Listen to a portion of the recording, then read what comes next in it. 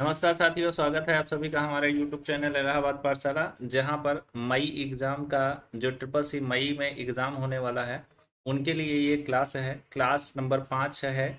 4 classes हो चुकी हैं, ठीक है ना। आप जा कर के प्लेलिस्ट में देख सकते हैं। तो इसमें देखेंगे जो इम्पोर्टेंट क्वेश्चन है वो मोस्टली इम्पोर्टेंट क्वेश्चन बेसिक बिल्कुल जीरो से लेकर के पूरी क्लास होगी। और कब तक होगी तो पूरा जिस दिन पेपर होगा मई का उसके फर्स्ट डे तक आपको ये क्लास मिलती रहेगी। डेली क्लास है, डेली क्लास मिलेगी। इसमें देखेंगे 5वीं क्लास है, 5 दिन से लगातार क्लास मिल रही है। अगर क्लास की बात करें तो माध्यम का तो हिंदी इंग्लिश मीडियम ये दोनों है, ठीक है ना। तो हिंदी वाले बच्चे भी इसे देख सकते हैं बड़ी आसानी के साथ और अच्छे से इसे एक्सेस कर सकते हैं। प्लस इसमें देखेंगे बेनिफिट किनको किनको मिलेगा। ट्रिपल सी वाले बच्चों को प्लस ओ लेवल के बच्चों को, ओ लेवल जो जुलाई एग्जाम देने वाले हैं उनके फर्स्ट पेपर के बच्चों को पूरा पूरा इसका बेनिफिट मिलेगा, ठीक है ना। तो चलिए शुरू करते हैं आज की क्लास। आज की क्लास में देखेंगे पहला क्वेश्चन जो है वो है ये, व्हाट इज फोर्ट्रान। फोर्ट्रान जो है वो क्या है यहाँ पे पूछा गया है। तो फोर्ट्रान जो होता है वो एक लैंग्वेज होती है। तो किस प्रकार की लैंग्वेज है, तो मशीन लैंग्वेज है, असेंबली लैंग्वेज है, सेकंड जनरेशन लैंग्वेज है, हाई लेवल लैंग्वेज है। तो इसमें देखेंगे करेक्ट आंसर जो हो जाएगा वो डी हो जाएगा। ये क्वेश्चन हम मल्टीपल टाइम हम कर चुके हैं। जिसमें देखेंगे फोर्ट्रान जो फोर्ट्रान और कोबोल, ठीक है ना, फोर्ट्रान और कोबोल इन दोनों से रिलेटेड क्वेश्चन आते हैं। तो फोर्ट्रान एक हाई लेवल लैंग्वेज है, वैसे ही कोबोल भी एक हाई लेवल लैंग्वेज है। कोबोल का फुल फॉर्म होता है कॉमन बिजनेस ओरिएंटेड लैंग्वेज, ठीक है ना। और फॉर्ट्रान ये होता है फॉर्ट्रान फार्मूला ट्रांजिशन, ठीक है ना, फार्मूला ट्रांजिशन। तो ये देखेंगे इसका करेक्ट आंसर हो जाएगा, यानी वन का करेक्ट आंसर आपका डी हो जाएगा। नेक्स्ट बात करते हैं अगला। अगला देखेंगे क्वेश्चन नंबर 2 है। क्वेश्चन नंबर 2 में कह रहा है निम्नलिखित में से कौन सा विकल्प 4 बिट के संयोजन के लिए वैकल्पिक नाम है। Which of the following option is alternate name of combination of 4 bits. यहाँ पर बिट है, निबल है, बाइट है और डिजिट है, ठीक है ना। तो 4 बिट, अगर 4 बिट की बात करेंगे तो यानी 8 बिट बराबर कितना होता है, 8 बिट बराबर 1 बाइट होता है, ठीक है ना। 8 बिट्स बराबर 1 बाइट। और 8 बिट को देखेंगे हाफ करेंगे तो 4 बिट बनेगा। अब 4 बिट बनेगा तो एक निब्बल के बराबर हो जाएगा, ठीक है ना। तो एक निब्बल, ठीक है ना। इसका करेक्ट आंसर आपका बी बनेगा, यानी कि दूसरे का करेक्ट आंसर आपका बी हो जाएगा, निब्बल में आएगा आंसर, ठीक है ना। और कंप्यूटर की सबसे छोटी इकाई पूछा जाए तो यहाँ पर बिट को टिक लगाना है, ठीक है ना। इसमें देखेंगे मेजर करने के लिए हम क्या करते हैं, टीबी होता है, टीबी हो गया, फिर जीबी हो गया, फिर एमबी हो गया, फिर केबी हो गया, फिर उसके बाद बाइट्स हो गया और फिर उसके बाद बिट हो गया, ठीक है ना। तो हमको इसको भी ध्यान में रखना है, ठीक है। अगला देखेंगे नेक्स्ट क्या बात करते हैं। नेक्स्ट है क्वेश्चन नंबर 3। क्वेश्चन नंबर 3 में देखेंगे चार्ल्स बेबेज को कहा जाता है, चार्ल्स बेबेज को भी कहा जाता है, ठीक है ना। तो Charles Babbage also known as, ठीक है ना। तो father of computer, father of transistor और father of world wide web, father of internet. तो क्वेश्चन नंबर 3 यानी फादर ऑफ कंप्यूटर, यानी करेक्ट आंसर ए हो जाएगा। तो तीसरा का ए जो है वो करेक्ट आंसर, यानी कि कंप्यूटर के पितामह चार्ल्स बेबेज, ठीक है ना। प्लस पॉइंट इसमें देखेंगे, इसमें देखेंगे ये रहने वाले कहाँ के थे, इंग्लैंड के रहने वाले थे, ये भी हमें पता होना चाहिए। और फिर उसके बाद ये इन्होंने अमेरिका ज्वाइन किया और अमेरिका में जा करके वहाँ पर इन्होंने रिसर्च अपनी शुरू की और वहाँ पर इन्होंने फर्स्ट टाइम कंप्यूटर को डेवलप करके रेडी करके चलाया। तो नाम देखेंगे अमेरिका में आता है कि अगर पूछा जाए कि सबसे पहले कंप्यूटर कहाँ चलाया गया तो अमेरिका में चलाया गया, ये चीज़ पता होना चाहिए। बाकी जो फादर ऑफ कंप्यूटर हैं वो चार्ल्स बेबेज हैं, ठीक है ना। तो अगला चलते हैं, देखेंगे इन्होंने कौन सा कंप्यूटर बनाया था। तो उसका नाम है एनालिटिकल इंजन, ठीक है ना, एनालिटिकल इंजन, ये भी ध्यान रखिएगा, ये भी इंपॉर्टेंट फैक्ट है। तो इंपॉर्टेंट फैक्ट भी लेकर के चलेंगे और क्वेश्चन को भी लेकर के चलेंगे, जिससे मल्टीपल मल्टीपल क्वेश्चन जो बन सकें एक टॉपिक से उसको हम यहाँ पर कवर करेंगे, ठीक है ना। ये नहीं कि जल्दी जल्दी क्वेश्चन कराया और उसके बाद खत्म, ठीक है ना।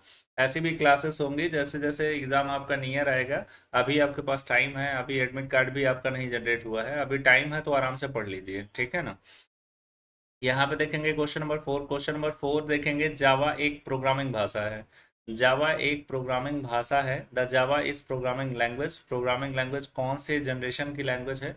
तो फर्स्ट जनरेशन का, सेकंड जनरेशन का, हाई लेवल का और लो लेवल का।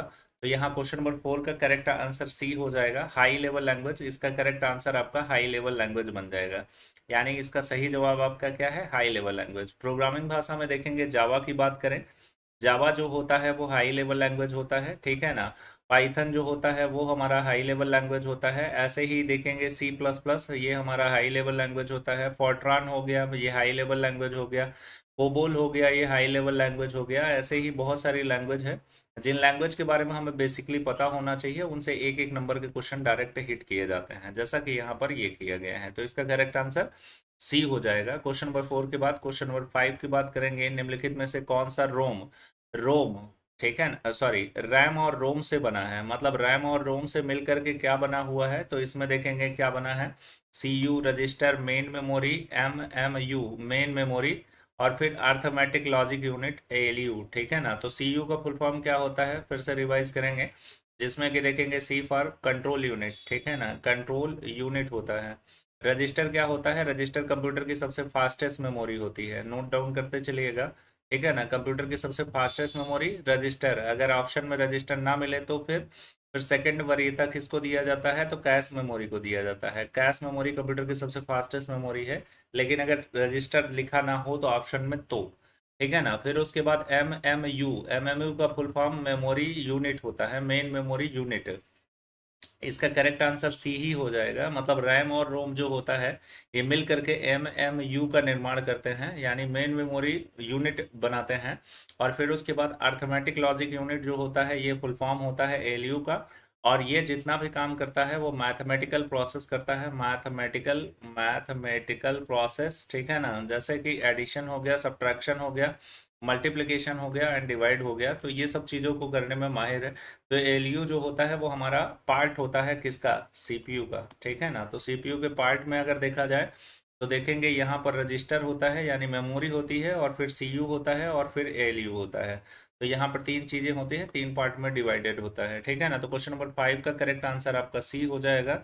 अगला चलते हैं 6 पे, यानी कि क्वेश्चन नंबर 6 रैम और रोम के बारे में देखेंगे, अभी डिस्कस कर देंगे दोबारा से कि रैम क्या होता है, रोम क्या होता है।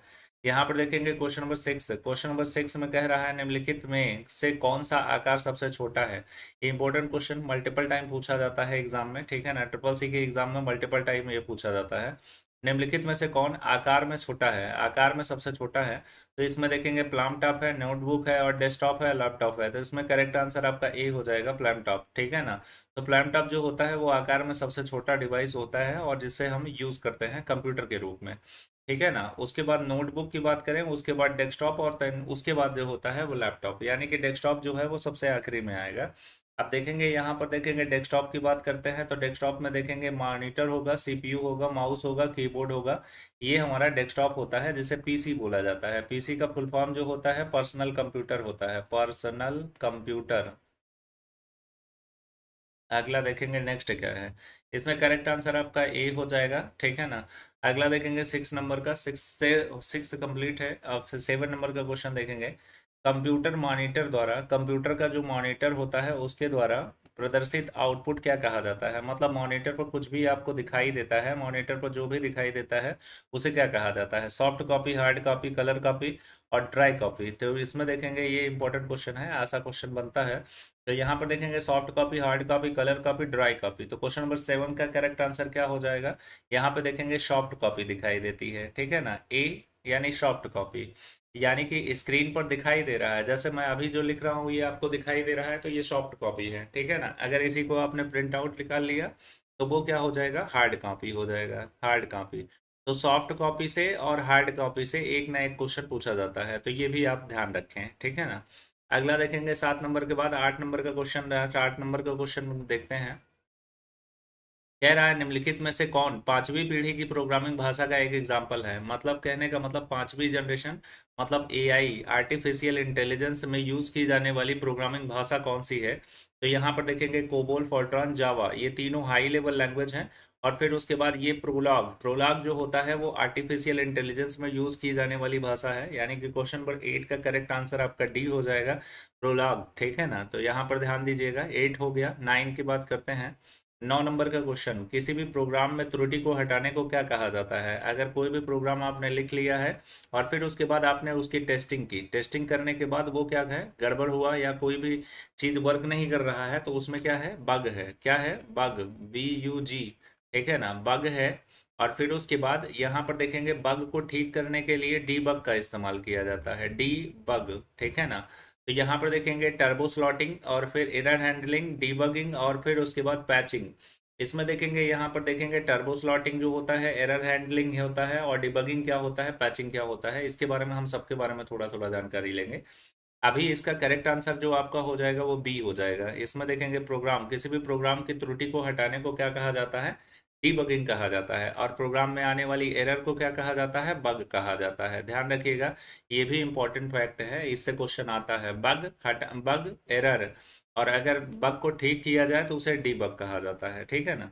फिर टर्बो स्लॉटिंग यहाँ पर लिखा हुआ है। टर्बो स्लॉटिंग का मतलब होता है कि जब भी कोई डिवाइस, जैसे यहाँ पर देखेंगे ये मॉनिटर है और ये कीबोर्ड है और ये माउस है, अचानक से सडनली मान लीजिए आपका माउस जो है वो काम करना बंद कर दिया, तो माउस में कंट्रोल पैनल में जाएंगे, कंट्रोल पैनल की सेटिंग में जा करके और माउस को टर्बो स्लॉटिंग करेंगे। टर्बो स्लॉटिंग जो होता है वो ऑटोमेटिक रिकवरी होता है, जिसमें कि ड्राइवर जो होता है वो ऑटोमेटिकली रीजनरेट हो जाता है या रिफ्रेश हो जाता है, जिससे वह डिवाइस जो होता है वो, अगर वो डिवाइस उससे हट गया है तो वो फिर से एक्टिवेट हो जाता है, ठीक है ना। तो टर्बो स्लॉटिंग बोलते हैं। एरर हैंडलिंग मतलब कुछ भी एक्सेप्ट करेंगे और एरर के साथ एक्सेप्ट करेंगे, उसे एरर हैंडलिंग कहा जाता है।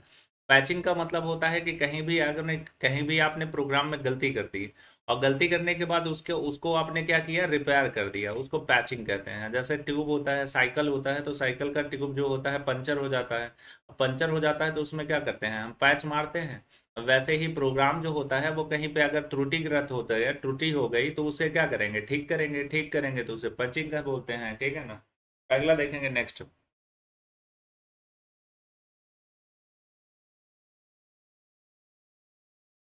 अगला देखेंगे 10 नंबर, इनमें से कौन सी ऑब्जेक्ट ओरिएंटेड भाषा नहीं है। ऑब्जेक्ट ओरिएंटेड मतलब ओप्स लैंग्वेज, ठीक है ना, OOPS, ओप्स, यानी कि ओप्स का full form object oriented programming language. यहाँ पर देखेंगे, यहाँ पर सी है, रूबी है, और फिर उसके बाद वीबी नेट है और C++ है।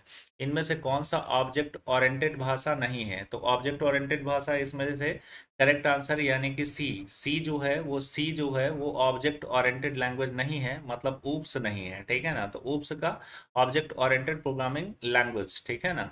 तो ये ध्यान रखना है। बाकी देखेंगे C++, बीबी नेट और ये रूबी, ये तीनों जो होती हैं, इसके अलावा देखेंगे पाइथन को भी जोड़ लीजिए, ये सभी ऑब्जेक्ट ओरिएंटेड लैंग्वेज होती है, ठीक है ना।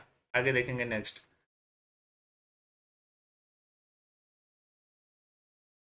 कैश मेमोरी का उपयोग डेटा को किसके बीच में स्थानांतरित करने के लिए किया जाता है। तो कैश मेमोरी के बारे में एक फैक्ट जो होता है वो ये होता है कि कंप्यूटर की सबसे फास्टेस्ट मेमोरी जो होती है वो कैश मेमोरी होती है, ये हमें ध्यान रखना है। लेकिन वरीयता क्रम सेकंड है, अगर रजिस्टर ऑप्शन में है तो फिर वो सही हो जाएगा।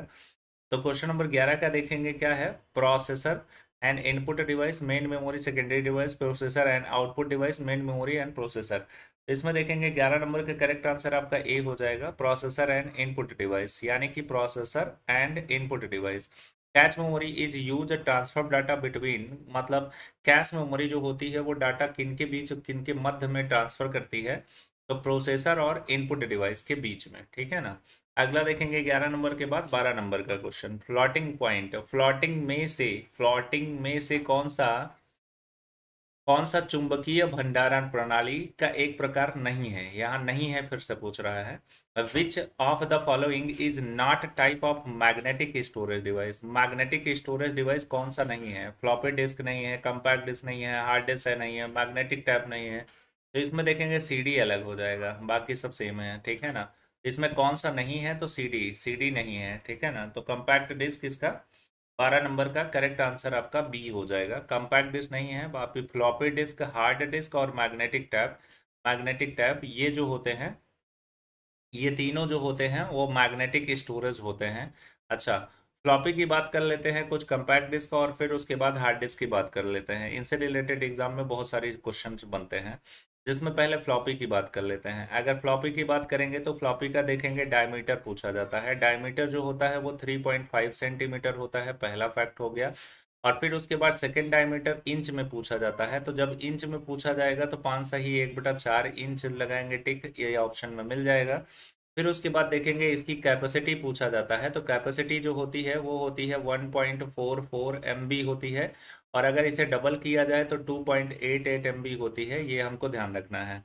तो ये फ्लॉपी के बारे में कुछ जानकारी होनी चाहिए ये आपको, ठीक है ना। फिर उसके बाद यहाँ पर देखेंगे फ्लॉपी के पहले मैग्नेटिक टेप होता है। मैग्नेटिक टेप जो होता है इसके बारे में देख लेते हैं।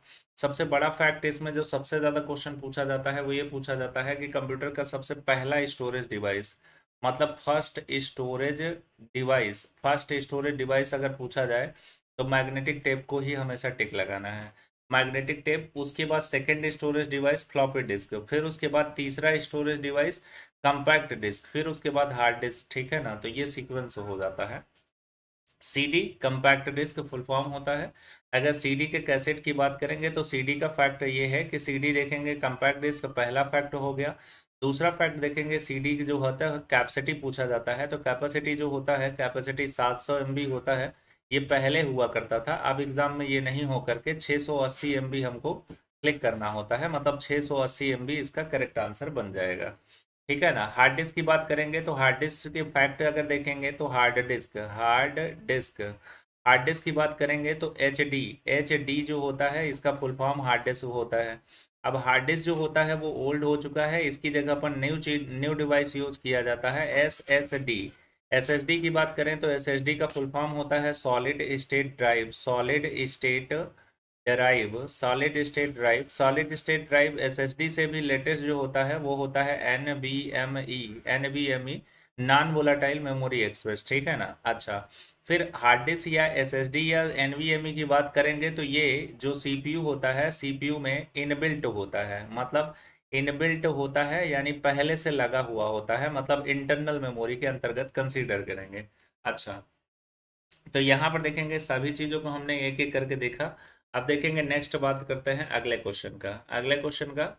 क्वेश्चन में देखेंगे 13 नंबर का क्वेश्चन है। स्क्रीन पर सॉफ्टवेयर को छोटे सचित्र प्रतिनिधित्व को कहा जाता है। The small pictorial representation is a software, the screen is called tool map logo icon. यानी कि कहने का मतलब जो हमारा कंप्यूटर होता है, और कंप्यूटर में यहाँ पर देखेंगे माई कंप्यूटर ऑप्शन है, फिर माई डॉक्यूमेंट है, रिसाइकल बिन है, तो ऐसे देखेंगे छोटे छोटे जो पिक्टोरियल फॉर्म में, मतलब इमेज फॉर्म में कुछ आपको दिखाई देते हैं, वो क्या होते हैं, तो उनको क्या कहा जाता है, तो आइकॉन। कंप्यूटर की भाषा में उसे आइकॉन कहा जाता है। जो चित्र होते हैं उनको कंप्यूटर की भाषा में आइकॉन कहते हैं, ठीक है ना। तो इसमें करेक्ट आंसर आपका डी हो जाएगा, यानी कि इसका करेक्ट आंसर डी, मतलब क्वेश्चन नंबर 13 का डी करेक्ट होगा, आइकॉन। फिर उसके बाद नेक्स्ट है 14 नंबर का क्वेश्चन। 14 नंबर के क्वेश्चन में कंप्यूटर प्रणाली में वह कौन सा भाग है जिसे कोई शारीरिक रूप से स्पर्श कर सकता है। Which of the part of computer system is one physically touch, मतलब इनमें से कौन सा ऐसा डिवाइस है जिसे आप फिजिकली टच कर सकते हैं। तो कंप्यूटर में देखेंगे दो चीजें होती हैं, एक होता है सॉफ्टवेयर और एक होता है हार्डवेयर। इनसे मिल करके दोनों कॉम्बिनेशन करते हैं और बातचीत करते हैं और पूरे सिस्टम को एक्सेस कराते हैं। तो यहाँ हार्डवेयर पार्ट को आप टच कर सकते हो, जैसा कि हार्डवेयर पार्ट टच कर सकते हो, इसमें करेक्ट आंसर आपका हार्डवेयर हो जाएगा। बाकी ऑपरेटिंग सिस्टम नहीं टच कर सकते, डाटा नहीं कर सकते और सॉफ्टवेयर को भी नहीं कर सकते। तो जिसको जिसको टच कर सकते हो तो केवल और केवल हार्डवेयर पार्ट को टच कर सकते हो। इसका करेक्ट आंसर आपका सी हो जाएगा। अच्छा, हार्डवेयर पार्ट वे सभी पार्ट होते हैं, फॉर एग्जांपल जैसे देखेंगे माउस हो गया, प्रिंटर हो गया, मॉनिटर हो गया, ठीक है ना, आपका मोबाइल फोन हो गया, ठीक है ना, फिर बहुत सारे स्पीकर हो गया, ठीक है ना। ये सब चीज़ें क्या है, फिजिकली रूप से टच की जा सकती हैं, तो ये हार्डवेयर कंसीडर किया जाता है। इसी का जस्ट अपोजिट पढ़ना होता है, सॉफ्टवेयर से भी क्वेश्चन आते हैं। सॉफ्टवेयर जिसे आप टच नहीं कर सकते, मतलब टच नहीं कर सकते, उसे यूज कर सकते हैं और फिर उसके बाद उसे यूज कर सकते हैं, लेकिन उसे फिर से वही बात कि टच नहीं कर सकते। अब देखेंगे सॉफ्टवेयर की बात करेंगे तो कोई भी एप्लीकेशन उठा लीजिए, जैसे मोबाइल में है व्हाट्सअप हो गया, फिर टेलीग्राम हो गया, और फिर उसके बाद अगर कंप्यूटर में उठाते हैं तो नोट पैड उठा लीजिए, पेंट उठा लीजिए, ठीक है ना, वर्ड पैड उठा लीजिए। ये सभी क्या है, सॉफ्टवेयर के टाइप भी पूछे जाते हैं, तो 2 टाइप होते हैं, ये फैक्ट है। पहला जो होता है वो एप्लीकेशन सॉफ्टवेयर होता है, और दूसरा जो होता है वो होता है सिस्टम सॉफ्टवेयर, ठीक है ना। तो हमको ये भी चीज याद रहनी चाहिए। अगला देखेंगे डाटा। डाटा क्या होता है, तो डाटा देखें, डाटा की बात करें तो ऑडियो हो गया, वीडियो हो गया, ठीक है ना, वीडियो हो गया, और फिर उसके बाद पीडीएफ हो गया, ठीक है ना, या जितने भी डॉक फाइलें हो गई, ठीक है ना, जितना भी आप मोबाइल में कचरा रखते हो वो सब क्या है, डाटा कहलाते हैं, ठीक है ना। ओके।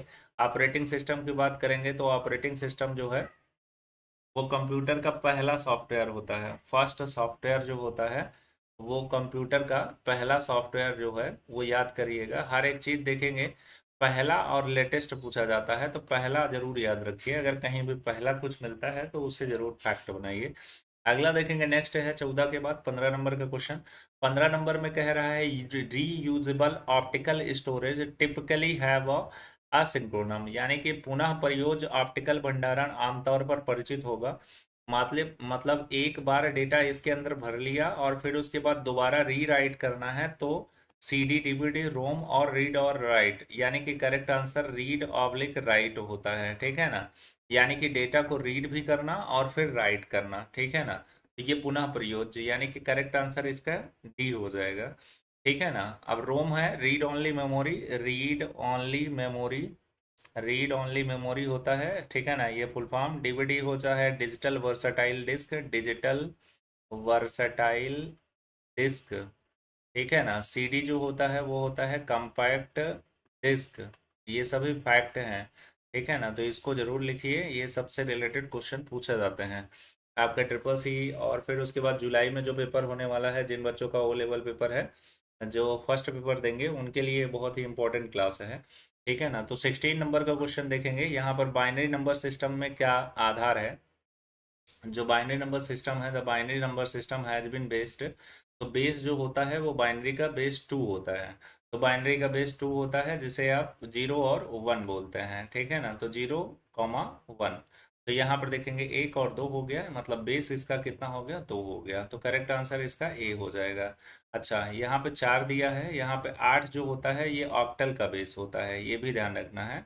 और 16 जो होता है वो हेक्साडेसिमल का बेस होता है, हेक्साडेसिमल, तो हेक्साडेसिमल का। और फिर उसके बाद डेसिमल का बेस कितना होता है, तो डेसिमल का बेस सबको पता है, डेसिमल का बेस 10 होता है, यानी 0 to 9 होता है, ठीक है ना। तो ये सब चीज़ें हमें पता होने चाहिए, जो जो है सभी फैक्ट हैं। 16 नंबर का क्वेश्चन है। आज की क्लास में देखेंगे टोटल हम जो है 16 क्वेश्चन को ही डिस्कस करेंगे। देखेंगे ये टॉपिक वाइज क्लास है जिसमें कि फंडामेंटल हम बिल्कुल बेसिक से कर रहे हैं, और पूरी क्लास लगातार आपको एग्ज़ाम तक मिलेगी। जिस दिन तक एग्ज़ाम होगा पहले दिन के पेपर तक आपको लगातार क्लास मिलती रहेगी, पूरी तैयारी कराई जाएगी, इसमें कोई चीज़ छोड़ा नहीं जाएगा। डेली क्लास के रूप में दिया जाता है इसी वजह से, ताकि कहीं कोई आपकी कोई चीज़ छूटे ना, ठीक है ना। तो आज की क्लास में इतना ही रहेगा, मिलते हैं नेक्स्ट वीडियो में। Thank you for watching.